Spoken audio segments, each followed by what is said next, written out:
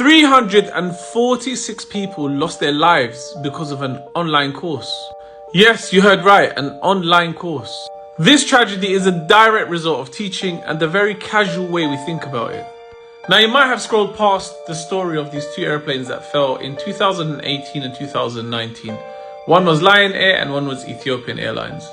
And you might have heard that both of these planes were the same plane, the Boeing 737 MAX. There was huge uproar at the time and Boeing faced massive backlash.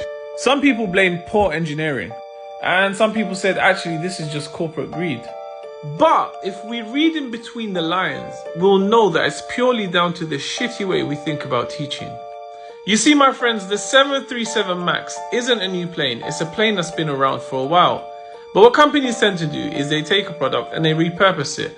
And in this case, Boeing took the 737 MAX and repurposed it with a more powerful engine to just sell it on. And they were pitching it as this big engine but more efficient plane that, you can make money from. You see, the bigger engines made the plane's nose want to go up during flight. So what clever engineers did was that they built a system called the Maneuvering Characteristics Augmentation System, or MCAS, which basically when the plane goes up like that, it senses it and then it adjusts it. Up until this point, it's all smooth sailing, so far so good, no issues. Except there's this one detail that's not public knowledge that ties into education and the poor way we think about teaching. Boeing did not train these new pilots on the MCAS system. And you see, pilots are trained for scenarios. They're trained in a simulator so that they can actually know how to deal with situations. And instead of that simulator training, which reflects the real world, they were given a 56-minute iPad course. Pilots carrying people on a plane were trained on... In fact, in the first flight, the Lion Air flight, they didn't even put the MCAS in the manual.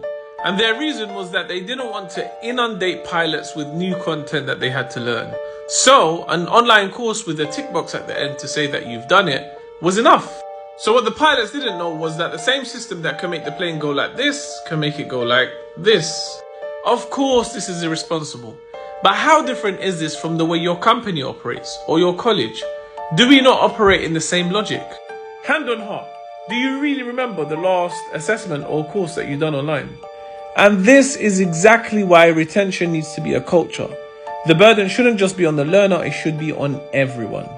And that's why retention has to be a part of every system, whether it's in education or in companies.